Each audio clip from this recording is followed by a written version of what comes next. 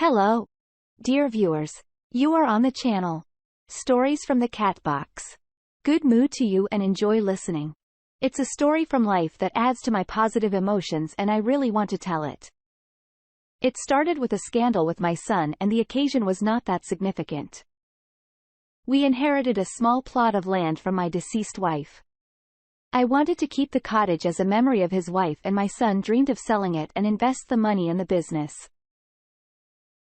The argument turned into a skirmish. We fought. My son slammed the door and left the house. I don't really know how he lived for the next 5 years. We seldom called back and all the conversations were along the lines of, "How are you?" "Fine." Who knows when we would have seen each other again if he hadn't met a nice girl as a young girl. The whole world seemed warm and welcoming to her. So when it came to getting engaged, she decided to bring our family together. So one day, a gentle girlish voice on the home phone informed me that her owner's name was Anya and we should definitely meet in my almost 60 years. I had not received such an offer in a very long time. So I gladly accepted the offer that evening. I dressed up for the first time in a while, put on a tie and changed the usual sneakers for shoes in short. I dressed as the first guy in the village version of the late 90s. Anya, on the contrary, did not think much about the choice of clothing. She came to the meeting in jeans and a shirt, but the charm of youth, this casual attire turned into a luxurious outfit.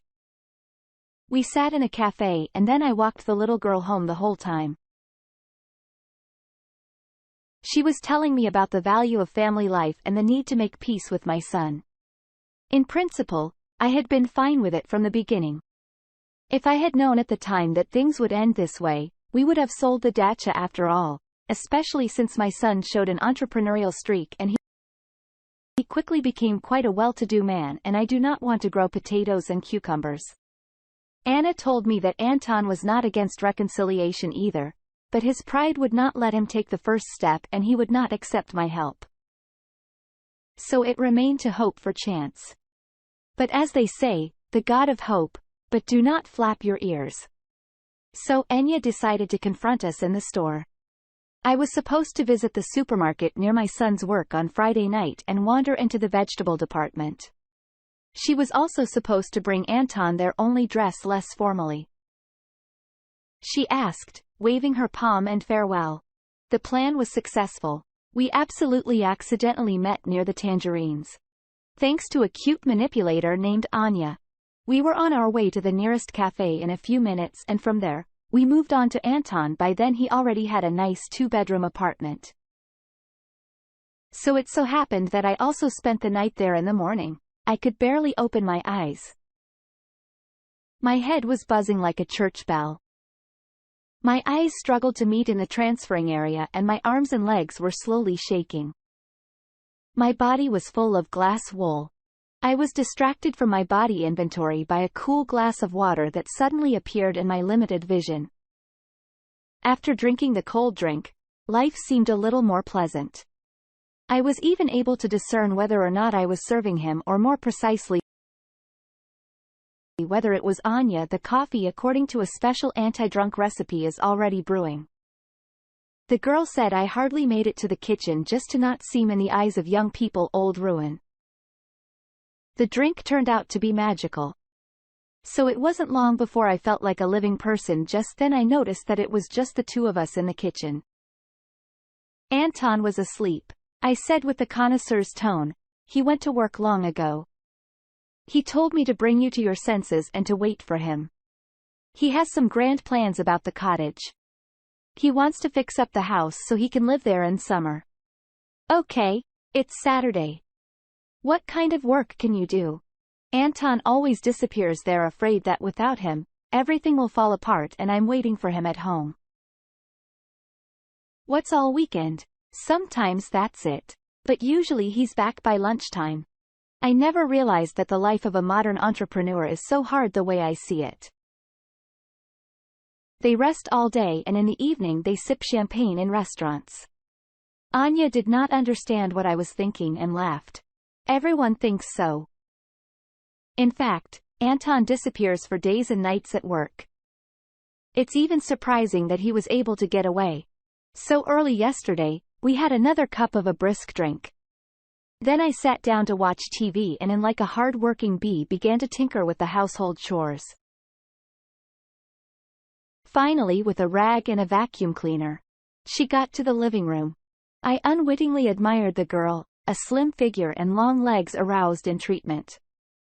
And the russet braid and blue eyes suggested the idea of a beauty from folk tales.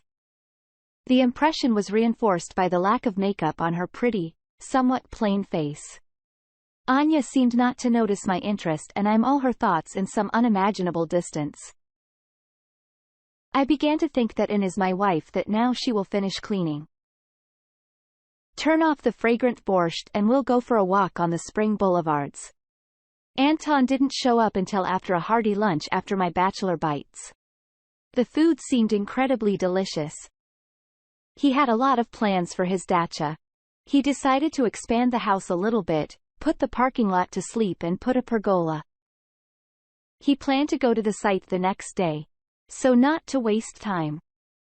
I again spent the night all night. I dreamt about Anya in the most unexpected plots. In the morning, I woke up absolutely shattered and I could barely pull myself together. It was wonderful in how nice the sun was shining and the birds were chirping merrily in the trees. Daffodils and tulips were sprouting out of the ground. Ah immediately found a rake and began to remove old leaves. Anton and I went to look around the house, but I was of little help. As I was a man far from building, I did not understand half of what my son said and nodded dumbly. But the project of the future building impressed me. The dacha immediately became cozy and charming. It was planned to begin the work in May. There were lots of weekends. Young people would help me with the planting and the builders would look after it. The day passed quickly. Anya and I were dating in the garden. Anton was rushing around building, pushing and guiding his own workers. I forgot to mention that his business was in construction. So the work was boiling at a furious pace. The sun was warming like summer. So Anya soon threw off her sweater, leaving her in a tight t-shirt. What was there to fit around? I even stopped digging the beds.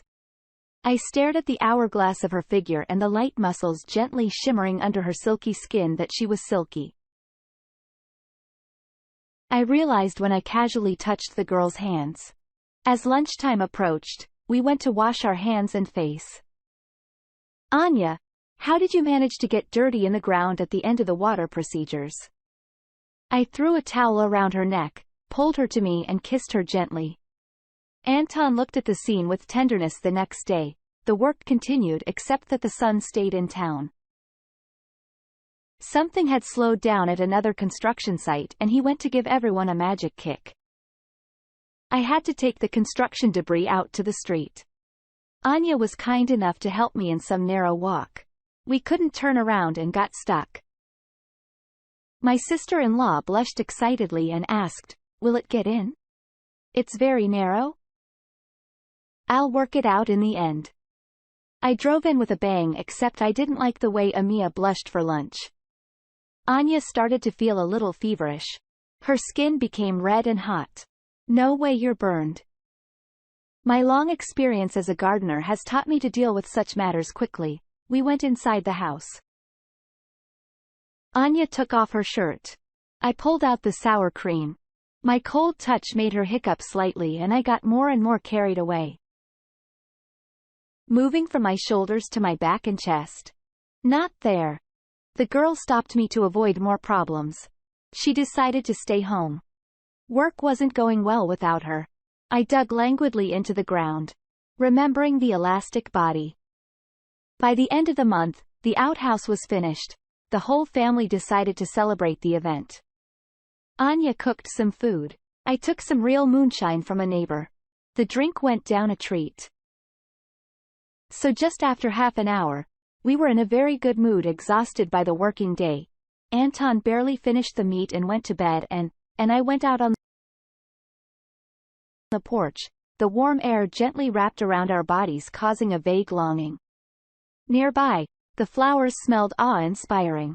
And the moon gently squinted over all this splendor. Anya turned to me. Moonbeams played on her face, turning her into a mysterious princess. The glare fluttered on her lips and lingered on her eyelashes. Something came over me at that moment. I walked up to her with force pressed against her body and all my lips clung to her soft lips. Anya at first lashed out, then relaxed, closed her eyes and tentatively responded to the kiss experience, as they say, went nowhere.